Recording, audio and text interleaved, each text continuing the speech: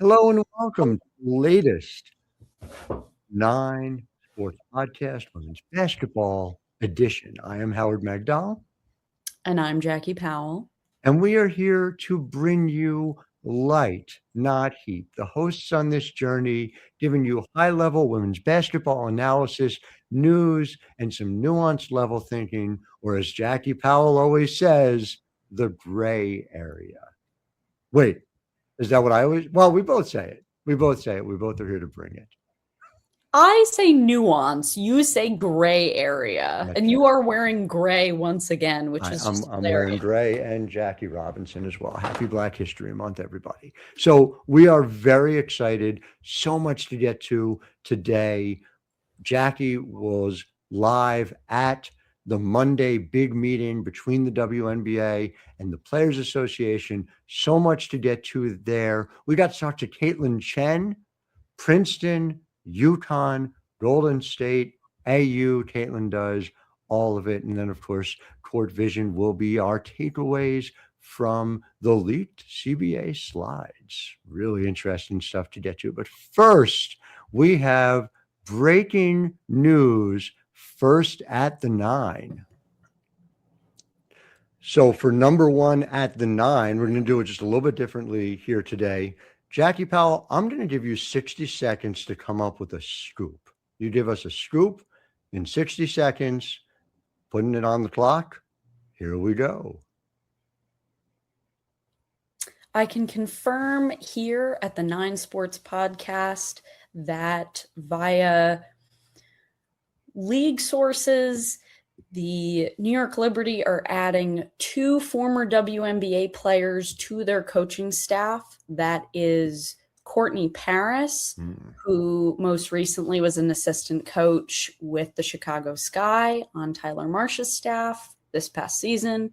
And then they are also landing Kristen Mann, who will be a player development coach. And she previously served as the Connecticut Sun's manager of basketball development. So these are 2 former players who have experience within WNBA franchises and who also have WNBA institutional knowledge. I will just add Courtney Paris, 3rd in the history of the league in rebound percentage.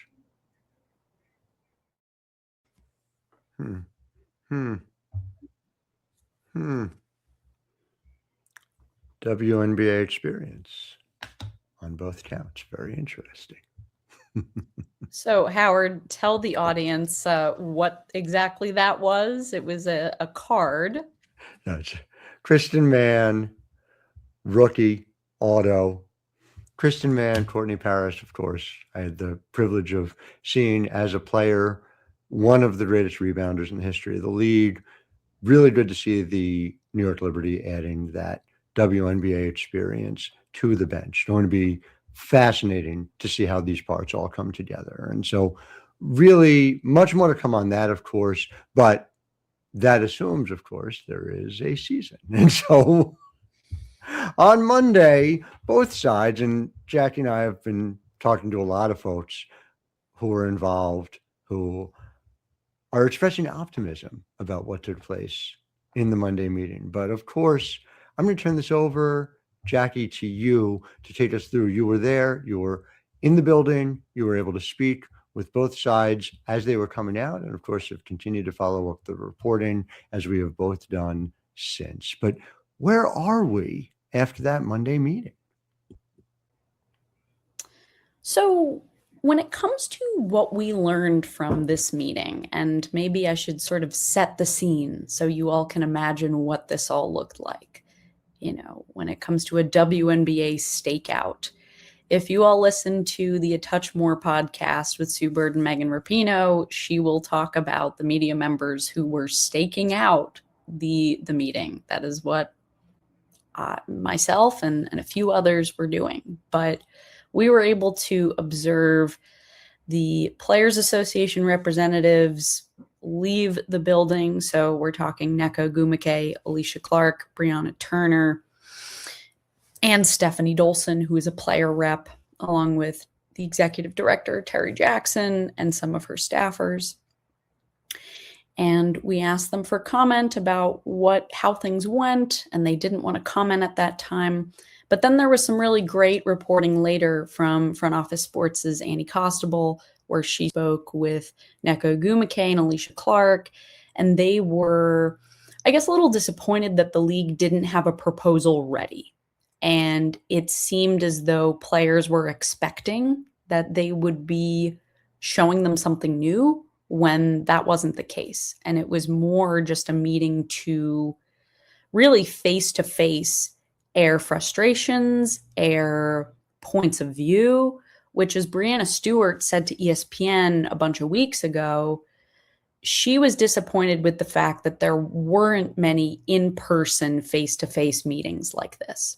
And people like Breanna Stewart, Nafisa Collier, and Kelsey Plum were on Zoom, in part because of Unrivaled games. And also what you had there was a plane that did not take off properly for Plum and Nafisa Collier. I do think it's worth noting that a consistent frustration among folks you talked to on the EC was the lack of in-person communication.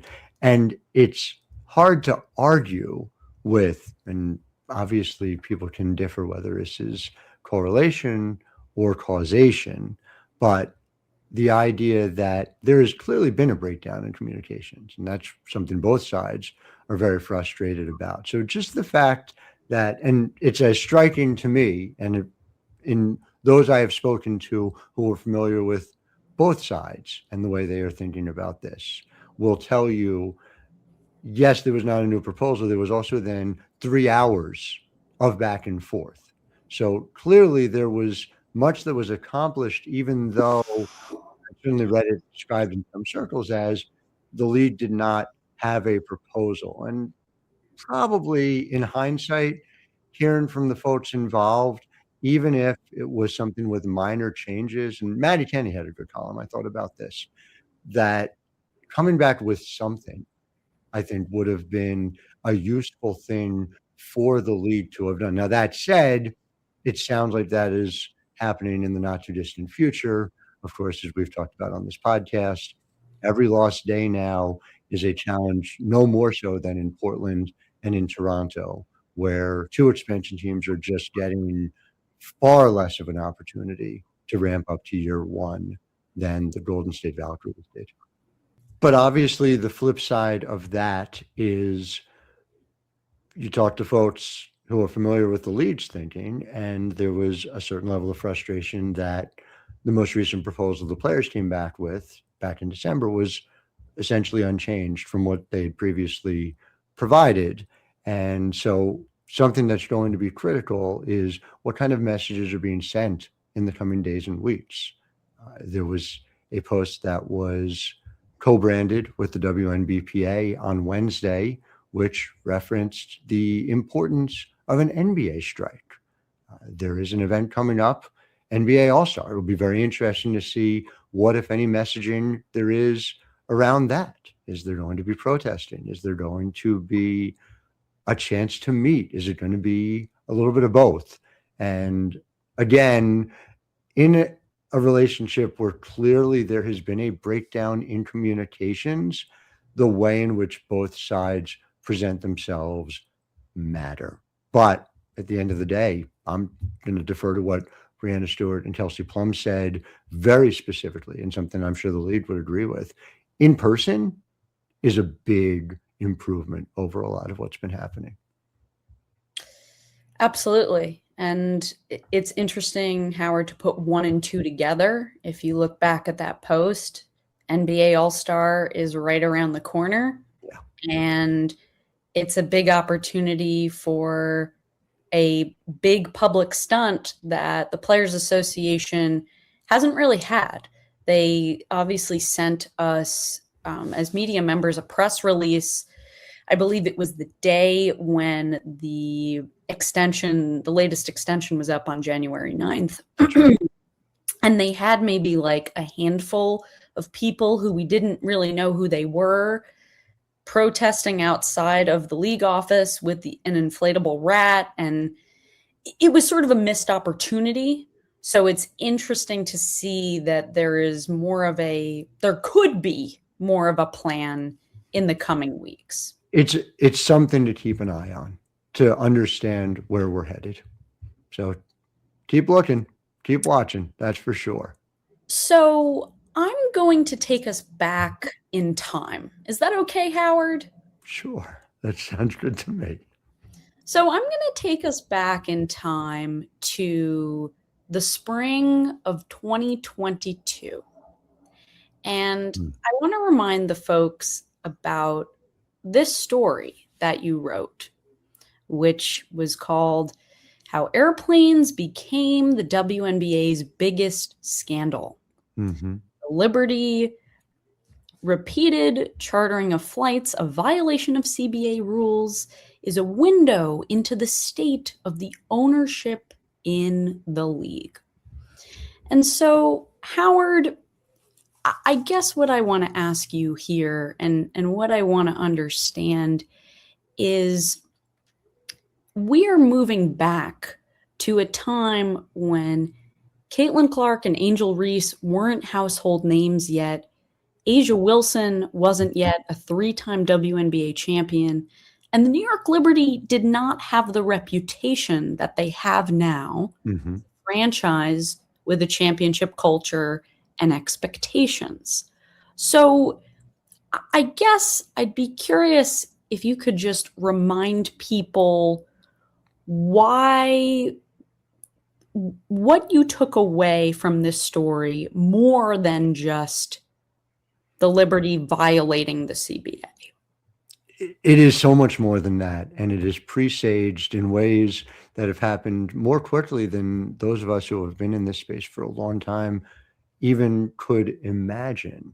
That there are clearly a vanguard of owners who have come to see this as an opportunity to invest heavily and grow what the profits can be on the other side. And the New York Liberty, with Joe Tsai and Clara Wu Tsai, have been doing that pretty consistently for much of the decade in ways that, I mean, like you said, it violated the CBA. It led to threats from the league and ultimately a significant punishment from the league about a thing that is now entirely legal under the current CBA. And moving forward, it is impossible to imagine. And we'll get more into the details of what the league is offering right now, but charters aren't going anywhere. Charters are the law of the land. And so this is what the New York Liberty helped usher in, this new moment. The New York Liberty did not have that reputation, in large part because the first 20 years of the New York Liberty's existence, they were owned by Jim Dolan, who left them by the side of the road and told them they had to play at an elementary school, right? It was an elementary school in Westchester? No, I have to go look. No, it was the Westchester County Center. A rundown playground? Is that where they were playing? No. They were playing inside of a small cage you would find at a local animal welfare association. Anyway, not Madison Square Garden, not Barclays Center. And Joe Tsai and Clara Wu Tsai have taken a very different tack, and something that was worth approximately $10 million in terms of the sale price at the time is now worth many hundreds of millions of dollars. And this is not by accident, but other teams have taken notice, other owners, both those who have come in that are new and also owners who have come to view it very differently. The Indiana Fever are a great example of that with Herb Simon, a team that pre-Kaitlyn had one way of budgeting and post-Kaitlyn have had a very different way of budgeting, and bringing on people like Amber Cox who understand the moment that we are in and what is possible. So I say all that to say it was the ushering in of a new era. And even now, and this is maybe the most important thing I want people to take away from today, you'll hear people say, oh, the players think this, or the owners think this. And it drives me crazy in the same way that when people say, oh, the media think this. And like, we've all been, you can't get 3 media members to agree on where we're going to dinner after the game. Like there's a lot of different viewpoints, but there's no the owners and the players. There's absolutely factions within both of them. And getting to a CBA resolution requires a critical mass on both sides, which is why this is so hard.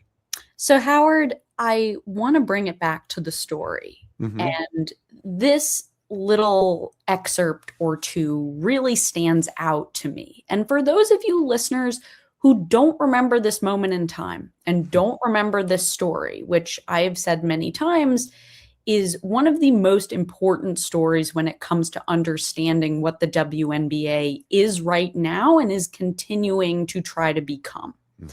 And so Howard explained back in 2022, for some owners, the WNBA has been a place to park losses elsewhere in their corporations. Some view it as pure charity. One WNBA owner proudly proclaims the value of the WNBA team to be zero, according to multiple league sources, and thus all he spends on his team is effectively a contribution toward the greater good of women's sports. And others have invested consistently in their teams, turning about half of them into consistent profit makers. But it's all been done on a small scale, because to make significant changes to the status quo requires the buy-in of not only the WNBA Board of Governors, but also the NBA Board of Governors, many of whom see the profit or loss of the WNBA as a rounding error. And to continue here, that left Engelbert with, in essence, 3 camps within ownership: those who wanted the capital raise and were willing to participate, those who needed the capital raise but couldn't or wouldn't participate, and those who thought the capital raise simply wasn't thinking big enough. So I mentioned the capital raise here, which is an important part of this to bring in. So Howard, if you could sort of summarize how the capital raise dovetailed into the different viewpoints of owners, and then also we're going to talk about how this dynamic has changed, and then in the most Rachel Maddow fashion possible, I'm going to put all of this together and why this all matters right now. These are all really simple answers. First of all, and this cannot be stressed enough, the capital raise is like the perfect example of gray area thinking, right? 16% of the lead for $75 million. Oh, that's a crazy low number when you look at the valuations of individual teams now. However, if the league did not have that sort of operating capital to go forward to invest in infrastructure, I don't think we would have seen the league be able to maximize its moment over the last couple of years in nearly the ways that it has come to do so. So that's really significant and worth remembering that both of these things are true. Now, look at the way the owners are stacked there, right? First of all, some of them have changed. And I mentioned Indiana as being prominent among them. You can't call it tiers anymore because it really is a spectrum. And there are different owners willing to go to a certain extent or further or less when it comes to spending on their teams and spending on and investing in the league from a longer term perspective. Obviously, the new folks are obviously not just dropping a lot of money for expansion teams, $250 million in the case of Cleveland, Detroit, and Philadelphia, but also looking to essentially spend on them as if they are NBA teams. And seeing teams do that took some time. We've also seen ownership changeover. We saw an ownership changeover in Minnesota. All of these things mean herding cattle, which is really what Kathy needs to do when it comes to the ownership side of things, is vastly more complicated than door A, door B, and door C. Howard, could you say cats rather than cattle? Because I think cattle are easier to herd than cats. That's fine. Yeah, herding feral cats. Yeah, I think that's fair. Okay. I'm glad you said that. So to bring this all together and why this, I guess, schism between different ownership groups matters to what we're talking about, which is what's been an arduous CBA negotiation between the players and the league. This brings me to something that Sophie Cunningham happened to say this week that really piqued my interest. And it showed me that not all players are seeing these negotiations as black and white. And that's sort of how some of what's being said has been portrayed in the media. This isn't our colleagues' fault at all. It's just sort of what has been said to them. And so what struck me about this was what Sophie Cunningham had to say was less bombastic and more gray. And so I'm going to play this for you all right now so you can get a sense of how what we were saying about ownership connects to what's going on right now with the CBA. I'm going to go into detail because I don't really know what I'm supposed to say, but negotiations are in process. To get things moving? In hopes of getting it moving, because it has not been moving at all. It's been at a very standstill. I knew that much. Yeah. But I think, both sides are kind of getting, frustrated, but I know us players are holding our ground. So it should be interesting. Who does the negotiations for stuff like that? Is it like just leaders of players who have these roles, or are your guys agents also No. fighting in the front lines? Like, how does actually it work? Good question. So we have an executive board on the Players Association side. And so we have like lawyers, consultants, and all these types of people. And then we have like actual players who are on the exec board. And so those are the ones who are like always in talks and in negotiations. And then on the league side, it's like Kathy, and then some of the owners are sitting in, they're all in talks though. So it's like they pick and choose who they want to sit kind of on the front line, but everyone is kind of involved if you want to be. Do you think that owners are more lean towards players or lean towards Kathy in the league? But from my perspective, it seems like that half of our owners are player first and really wanting to invest, and the other half are more league side. But it's weird because they do want to invest, but you just don't have owners who are willing to spend, I guess. But yeah, I do like. Is there anyone in the WNBA who is like by far and away the owner who like gives back the most, like puts the most into their team? Like, yeah, I feel like everyone is like, I really want to play for this organization. Yes, I feel like at the front line, owners who are most involved, I would say right now, would be New York, Seattle, and Phoenix. Like they have I knew funds. Liberty was going to be one. Are completely awesome. They are very player first. They know that, you're going to maybe lose a little money on the front end, but you'll get it back if you invest. But like at the end of the day, depending on where these negotiations go, like if you give these players what they want, you're going to get all the best players. Therefore, you're going to win. Therefore, your ticket sales are going to be up. Everything's going to be up, but it all comes back down to revenue share. And so I get it. And like, to be honest, I totally understand the business side of things of like, the W has not always made money. And so there's still a big old chunk of money that has lost. And so how do you give these owners who are wanting and willing to invest, still try to give them some profit, but also investing in the current product now? And so it is difficult and complicated, but I just feel like there has to be a way to meet in the middle. And so. But that's what these negotiations are, is finding where that middle is. Yeah. And that's where that's where no one aligns. That's the problem. Right. So, Howard, we heard what Sophie Cunningham had to say. So let's bring this all together. Yeah. What did you glean from how she was talking about WNBA ownership and how that impacts the CBA? It's so interesting to me. I might quibble at the margins with who is included where in terms of how much people are, let's say, willing and able to spend, without getting into too many details, just because I know we're running short on time and want to get us to Kaitlyn Chen too. But I will say it's interesting to me that players are receiving that certain message.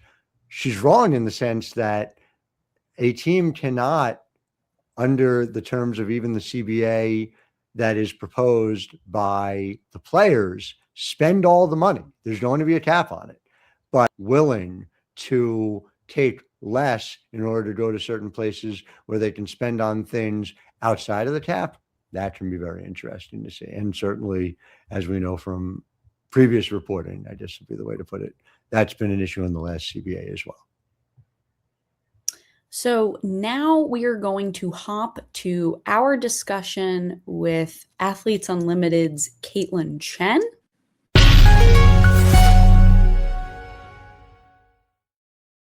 And we are here with Kaitlyn Chen, of course, of both AU and WNBA fame, went out, won a national championship, was a dominant player in the Ivy League at Princeton as well, as anyone who reads Jen Hatfield knows very well. Kaitlyn, I'm so glad you're here to join us, and excited to chat with you about all things that are going on in your career. There's so many of them. Yeah, thanks for having me today. So, Kaitlyn, last night was a very exciting night, I'm sure, for you. It was Athletes Unlimited opening night. And so I'm just really curious, what did you take away from your first AU game? And I guess, how does your strategy change going forward? Because as we know, in Athletes Unlimited, the points and the scoring, it's all very different than any other 5-on-5 basketball that maybe you've ever played before. Yeah, definitely. Seeing that like big scoreboard behind you during the game is something new. But well, first, I had so much fun last night. I thought the atmosphere was fantastic. I didn't think I would have that much fun, but it was just honestly great to be playing 5-on-5 again. And with the team that I really enjoy playing with. Like, I feel like you wouldn't have been able to tell that we sort of just were thrown together after 2 days of practice. But I had a great time last night. And strategy-wise going forward, I feel like I don't really care too much about the points. Like, I care about winning the quarters, obviously, and winning the game. But besides that, I feel like I'm really just here to get better. Yeah. It feels like teams are able to trust you very quickly, and this has been happening for a while. Our Jen Hatfield reported back in April about the fact that when Gino Auriemma saw you on campus the first day, he immediately trusted you. And for those who may not know, after you start at Princeton, you had this extra year that you were able to take advantage of because of the weird quirk in eligibility that right, exactly. That it's different from obviously what we have going forward, but it also very much feels like a professional opportunity because here you are going for what's this clear 1 year at UConn. And I just wonder how much you feel like that prepared you for ultimately going out and earning time in Golden State and now obviously playing in AU as well. Yeah, I mean, I feel like it definitely helped set me up for the opportunities I had after, and also just being able to maximize my time at UConn because, you know, you come in when you play for a new coach, normally you have to like really earn that trust, and normally that can like take time sometimes, but to have that from the start and to be able to sort of just like jump right in, I think that definitely helped a lot. And I guess when it comes to earning that trust of the leaders around you, you know, you begin this Athletes Unlimited journey on Team Eclipse, I believe. Yes. And that team is led by Alicia Clark. And so I'm just really curious, what has it been like to be led by someone like her? Oh, it's amazing. She is such a great leader. There's so much that like she's so smart, and there's so much that I can learn from her, and I already have. And honestly, there's no one else I'd rather play for my first team. From the perspective, and again, I think it's such an interesting journey that you've taken here, right? How do you navigate your loyalties to the Princeton program and the UConn program? I know it's very different things. And so I'm just going to give you a hypothetical. Princeton's playing UConn in the national championship game. take me through who you're rooting for, what you think, how you're processing it. I can't answer that. Can't put me on the spot like that. But Princeton definitely will always have a very, very special place in my heart. I mean, I feel like I wouldn't be anywhere I am today without my time at Princeton. And yeah, that's just all credit to Coach Ruby and all my teammates. They're the best. That is very But fun. obviously UConn has definitely played a role in helping set me up to the position that I am today. And I'm always grateful for my time there. And I feel like I have learned so much in my quick 1 year there and made so many memories that I can't forget. So I can't really answer your question. Very fair. I will just say for our audience, no one was surprised that this worked out exactly the way it did, right? This idea that everyone understood, and Jen has reported about this. We'll include some of these stories in the show notes. You were going as a proven winner. I had the privilege of seeing you win countless games at Jadwin Gym before, and then you go out and your team wins a national championship. So I get it. It's okay. It's okay to have the dual loyalties. Well, I think you answered that very carefully and very well. No one's going to be mad when they see the clip. So that worked out very nicely. Thanks for accepting my answer. I think I have a question that I think you can answer.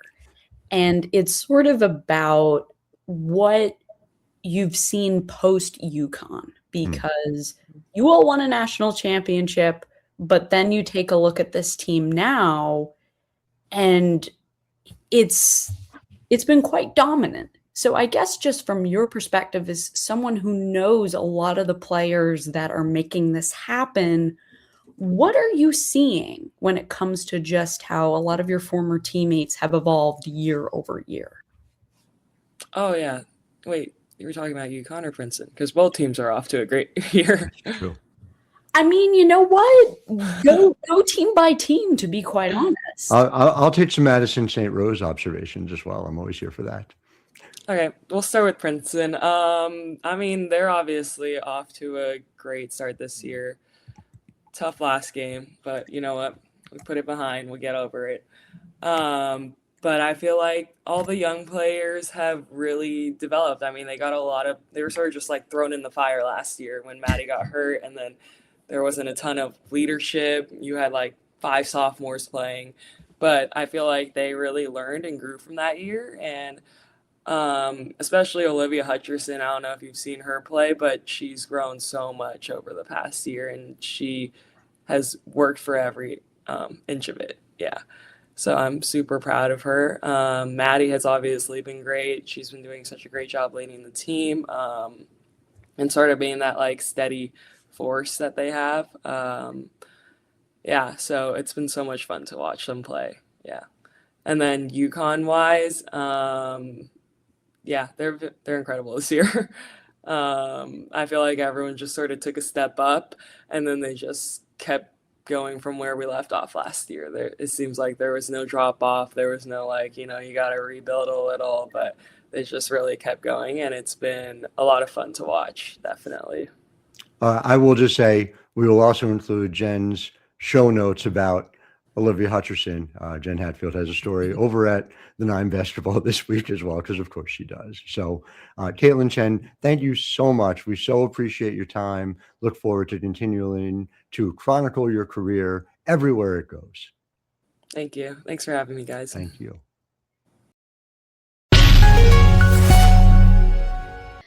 That was a great discussion with Athletes Unlimited's Kaitlyn Chen. Now for our final segment, our Court Vision, which is all about looking at the future. So there was a lot of CBA news this week, not just the news that we were able to report. I mean, Howard, I think you might have some reporting that you want to share before we talk a little bit about these leaked slides.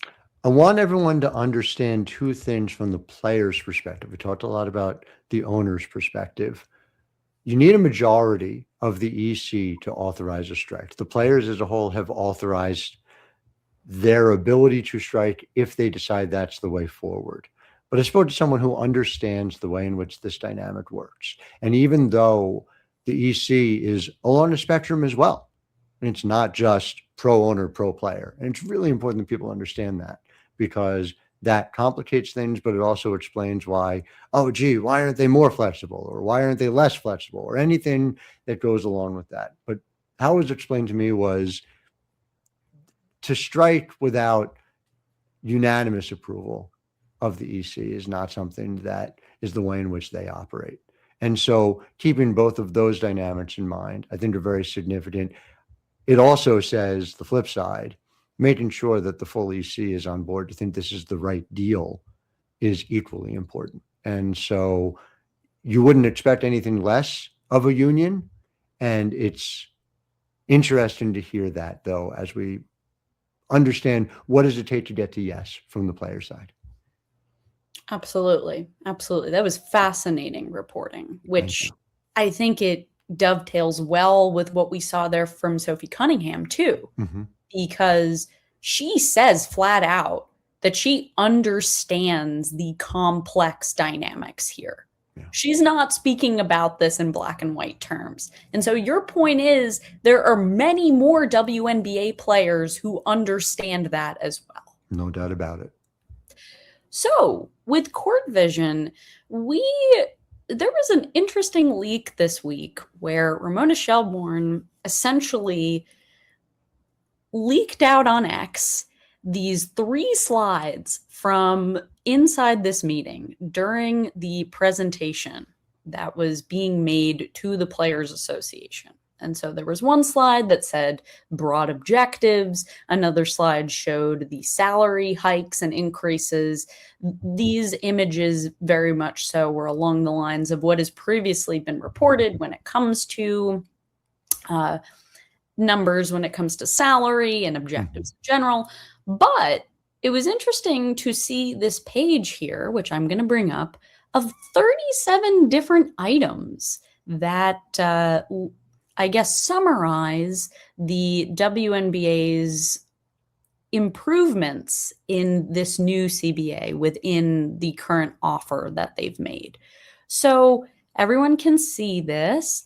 Howard, I'm going to ask you first, was there, besides some of the goofy items like 37 free WNBA League Pass, and there was another one that people were laughing at, I think it was the All-Star Game tickets. What was something on this list that stood out to you? By the way, I'm just going to say it. I know players who were upset that they were not receiving complimentary All-Star tickets and were frustrated about it. And it's a friction point. So I get that people on the internet like to make fun, but people legitimately who play in this league are going to be happy about that. So I'm just putting it out there. But no, the number one for me was number 24, which is pregnant player trade consent. And it's significant for 3 reasons, I should say. One is any of you who have followed the De'Arica Hamby saga and the reporting, that is very clearly a direct response to what De'Arica went through. And we'll have notes about it in the show notes of the reporting that we've done over at the 9 Sports. But it's fascinating to me because in addition to that, you also have the question of how easily moves are made. And many of the changes to the CBAs over the last 2 CBAs have been to increase player movement. This is essentially the opposite. It's player forward, but it would more restrict movement, but from the player end rather than from the team end. And then the third part is it just brings into broader focus the National Women's Soccer League Player Association, run by Megan Burke. They don't just have pregnant player consent, they have player consent for all trades and abolished the NWSL draft. And so it's good to see the Players Association pushing for this. It makes a lot of sense. It's worth noting that it's not what you would call best in class when it comes to that sort of player protection.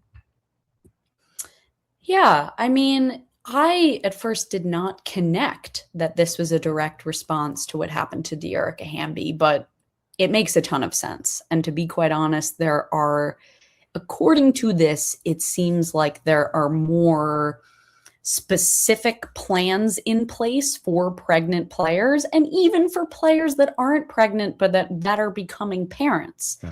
I believe there is an item where it talks about parental leave for non-birthing parents. That is number 26 on this list. So that dovetails it into it as well.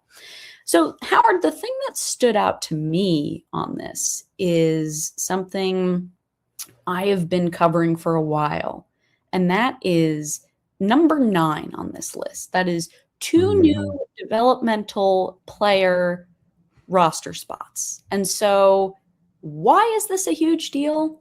Well, the amount of hardship contracts that the WNBA has had to give out in the past 4 or 5 years has been almost unheard of until actually this season in the NBA, where you're seeing a couple of more hardship contracts on their end. But having 2 extra developmental roster spots it won't completely eliminate the need for hardship contracts, but it will just add some more roster stability, and it will allow teams to actually develop their talent.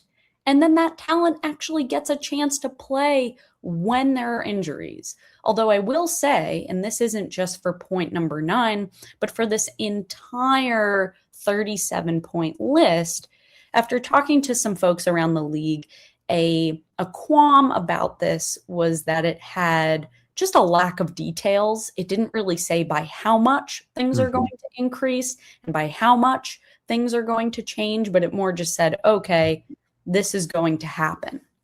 And so, I have a lot of questions. Does the hardship system continue? How will having developmental roster spots work logistically? We still do not know a lot. It's just gratifying to see. On March the 4th, 2020, I wrote that the WNBA needs a developmental league and outlined some ways in which it should happen. So 6 years later, we are here. We are here, and we'll see the essence of it, but it is long overdue.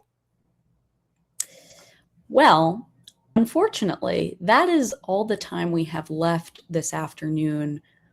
What a show this was, Howard. I mean, it just goes to show how vast the women's basketball space is in this current moment. Mm-hmm. We didn't even talk about the college game.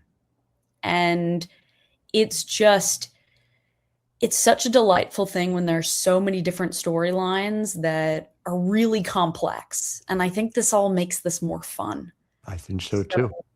With that being said, I'm Jackie Powell. And I'm Howard Magdahl. And we will see you all next week.